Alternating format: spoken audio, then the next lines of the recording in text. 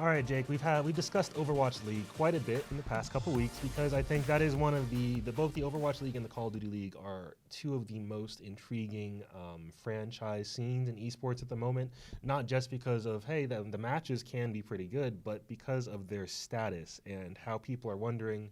They're kind of looking to these as proof of whether or not this franchise format can succeed at all. And we've seen issues with both, like we've seen issues in other places as well. And now we have the head coach of the Houston Outlaws coming out and saying that the homestand system needs to fundamentally change in order for Overwatch League to survive.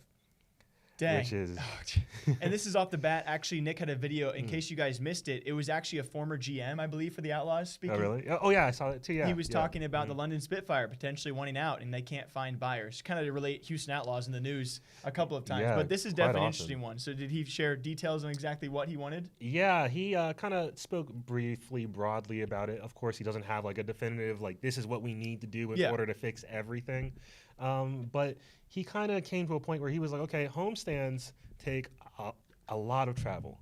And they depend on people selling out stadiums in order to really recoup those costs, both for the teams and for the people hosting them. Super strenuous. That's got to be stressful. Yeah, of course. I mean, we've seen homestands sell out. I mean, we've seen stadiums fill up with 4,000 plus people, but you can't have that every single weekend. Yeah. And to your point really quickly, because we see ESL Cologne for Counter-Strike, right? They're known for it. You got the MLGs, DreamHacks, Star Ladders. Yes, they can fill stands far beyond 4,000, but when it comes time, those are big, big events. And to your point, they're not every weekend events. Yeah, of course. Just to clarify. There's usually a build up to those events. Yeah, and he's kind of pitching something similar where he says maybe a homestand should be reserved for the playoffs and beyond, because that's always going to be hype. Those are going to be the best matches. Those are probably going to be the most interesting matchups, and you can really build a storyline around that a lot easier as opposed to just week to week flying people all over the place. I mean, we already saw so many people drop from the Overwatch scene, more pros than we've seen in any other esports scene just leave. Yeah. Because they were just it's just the travel's a lot. It's strenuous. The game changes too much. All this additional stress that keeps piling on. And I think Harsha has a good point. Homestands don't really seem like the best fit for esports. This is a tough one. I'll try and keep my points brief because I got a couple I want to make. Of course. The first of which, with this pandemic, homestands obviously very poorly timed. A lot of them moved online. We see with the Huntsmen alone, NRG Chicago Huntsmen, that's their Call of Duty roster. They sold out, I believe, over 7,000 tickets. Hector's done a great job with that team. All in all, after paying for the venue, if they got the money back, hopefully, that might have been $1 million loss for the Huntsmen. Yeah. Loss of opportunity, right? They could have made $1 million, and that's no longer.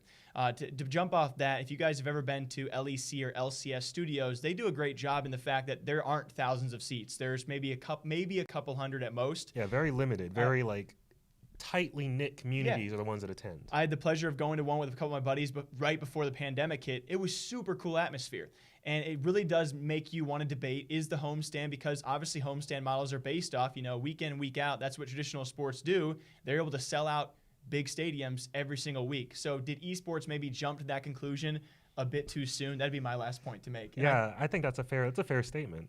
I mean, esports has grown enormously in the past several years. I mean, we just became $1 billion industry recently. But we're built online. Yeah, We're built online, and we're built off of, we're still building the infrastructure now. Yeah. We don't have to go to weekly events quite yet at that same scale. And I think there's something to be said when it comes time for, esports, are they sports? Leave it up to yourself. There's more of an entertainment aspect when maybe going to a football game or an NBA game as compared to watching guys play on a computer. And maybe this is, again, we will see how leagues develop based off OWL and CDL and other leagues as well.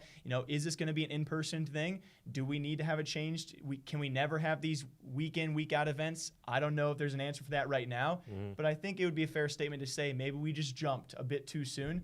And so we'll see how leagues adapt. Yeah, I think that's a good general statement for esports overall. Yeah. We jumped in too soon. Yeah. We're growing, though. We're still growing. Yeah, making progress. We'll just see if we can, keep up with that growth, and we'll see how events adapt as that growth continues.